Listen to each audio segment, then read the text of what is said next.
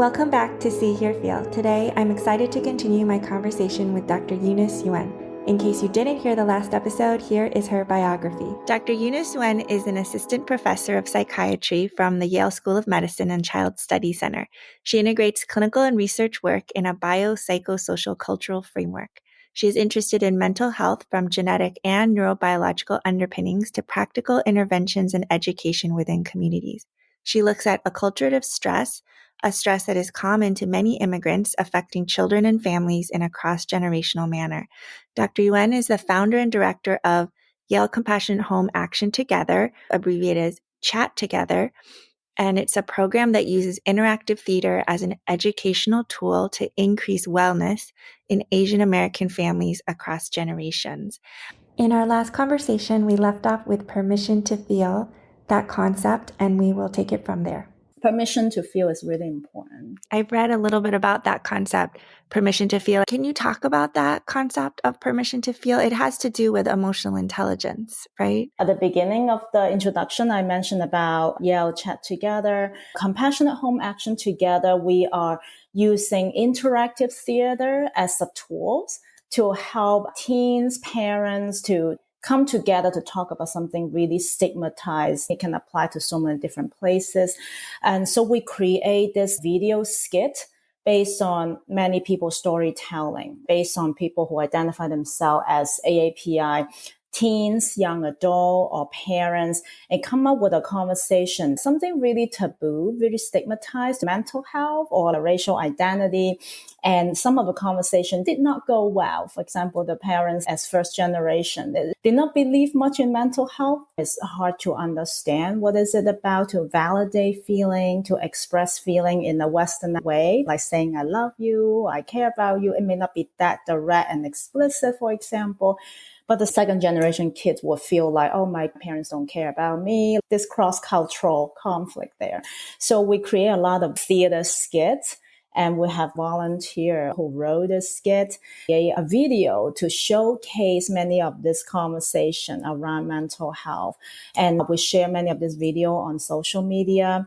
And we demonstrate not just showing the videos of how the conversation did not go well. We also have a moderation with the teenager and the parents about what go wrong in the conversation.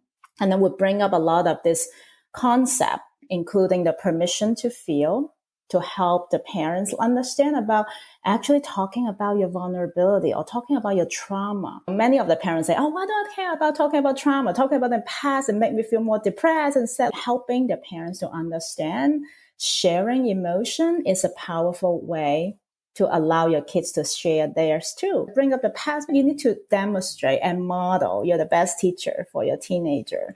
Concept of permission to feel is almost like an invitation to let the other side be okay to be vulnerable because I validate that feeling, right? So that's permission to feel. Another concept is called mentalization. Mentalization is really to think about each other's shoes, helping the parents to think into the shoes from the teens' parents' experience that without judging and be able to keep curious of what is it like to feel like another, and then go both ways, having the teens to imagine what do you feel like your parents who grew up in another country to know about what does it feel like to be a teenager? This concept will create imagination, non-judgmental conversation, and being able to validate each other and trying to meet each other in the middle. So that's the process of mentalization. Permission to feel and mentalization. We also do a alternative scenario. We do the same skit again after we can apply this concept. So there's a before and after to show the parents, oh, what could be done in a better way to talk to my kids? Or what can be a hopeful conversation with my mom about my career in something not in medicine or in law, like something like that. Like create a lot of the skit video and share it on social media. And we also do live skit performance in many webinar events as well. That's something we do. So that's some of the Chat Together activity that we do. That's awesome. I love that because what you described with the skits and a moderator kind of saying, oh, let's go over this and say this is how it could have gone optimally or better. And then to do it again after the feedback. That really goes along with the growth mindset and deliberate practice, with the growth mindset being we can always improve at stuff, being willing to see a challenge, like, okay, I didn't do it so well, I can do it better. And then deliberate practice where you get immediate feedback and actionable steps on what, you can really do differently. So do you use those techniques with your kids? I do. I try, which is hard. Easy to teach other people, but like when you practice it, it could be hard. I'm human too as a mom. Sometimes it works, sometimes it does not. But it's like going to the gym. You need to keep it daily and keep up the muscle. It's practice. That's what I tell other parents as well. You keep trying, practicing the mentalization skill. We need to regulate our own emotion before we even can mentalize someone else. So that's self-compassion. We need to take care of our own self before we can take care of other people. Yeah, naming and regulating my own emotions is not easy. That's true. That's true.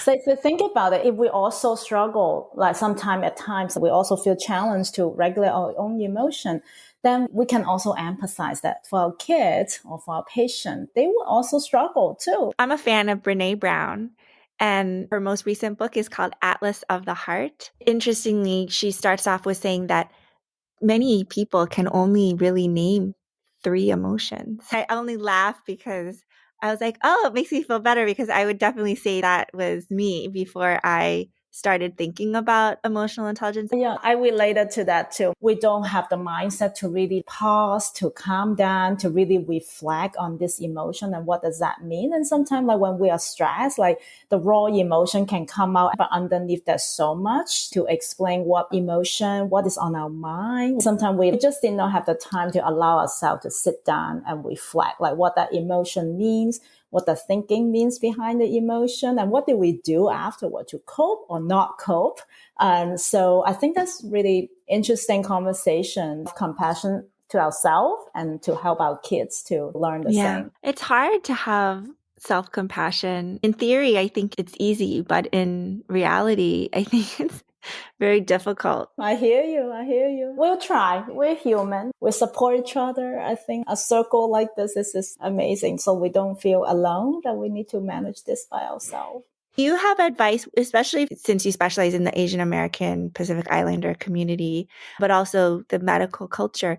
Do you have tips after having seen a lot of adolescents and their families on how to start, some really practical tips on how to start regulating your own emotions and learning how to enact permission to feel and mentalization in practice, practically speaking? Yeah, we need to be in the state to practice that as well. So before mentalization, like both parents and teens as a physician, we really need to regulate our emotion before we can care about other people and imagining or not judging. Many Asian parents just want to fix the problem for my kids, which is like automatic. It's like a reflex.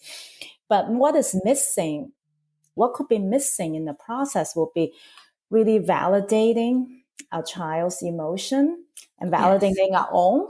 That would be the step before mentalization, because otherwise become like a shouting match and fixing solution. Permission to feel for ourselves and self-compassion. Sometimes it's just really hard, and we need to think of when we are at that moment. We need to know we are at that moment. Sometimes we need our own mood thermometer, like where are we at right now? It is at the end of the working day. I'm so exhausted. Like it is not the right moment to talk to my kid because I need a space to regulate my own. It could be a quick 5-10 minute.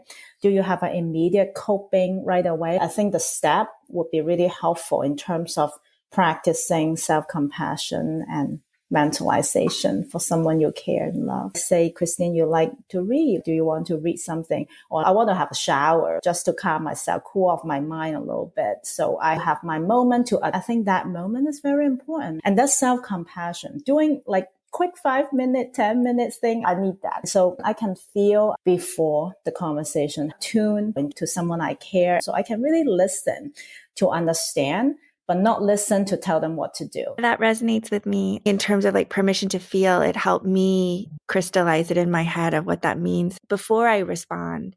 Like you were saying, really try to understand. And how do I make sure I'm understanding? I'm thinking, okay, mentally, I'm sitting here on some bench with you, whether it's my child or a patient or like talking with you right now. and just sitting there first before I say something. It sounds so simple, and yet I would say I was not doing that before. I'm not doing all the time. We don't want to react to the patient, especially like difficult patient. We're talking about they could be angry, they're complaining to you. You really need to sit with them. Like what you said, like trying to listen to understand, and you don't react to what happened to the patient or what happened to our kid. That's what they need to connect with them emotionally. So they feel they're heard, they're understood. Yes. And then you talk according to what they need. I think that's how they meet in the middle. It's like in a emotionally conflicting zone, and somehow you meet with them in the middle. That is one thing the pandemic brought home to me is we just want to be seen and we want to be heard. Yeah. And I think I definitely do want permission to feel my emotions. Yes, let's do it. That's right. Do you have any final thoughts? Final thought. Yeah, I really appreciate this space. And I think that we are doing such an important work together for the listener, no matter you identify yourself as AAPI or not, no matter you may be children, teens, or parent, you are important. Your feeling deserve to be listened to, heard, and shared. And we want to embrace that. Thank you, Eunice, for spending time with me and talking about your work and all the great things that you're doing. Oh, thank you, Christine, for inviting me. This is great. I appreciate your listening.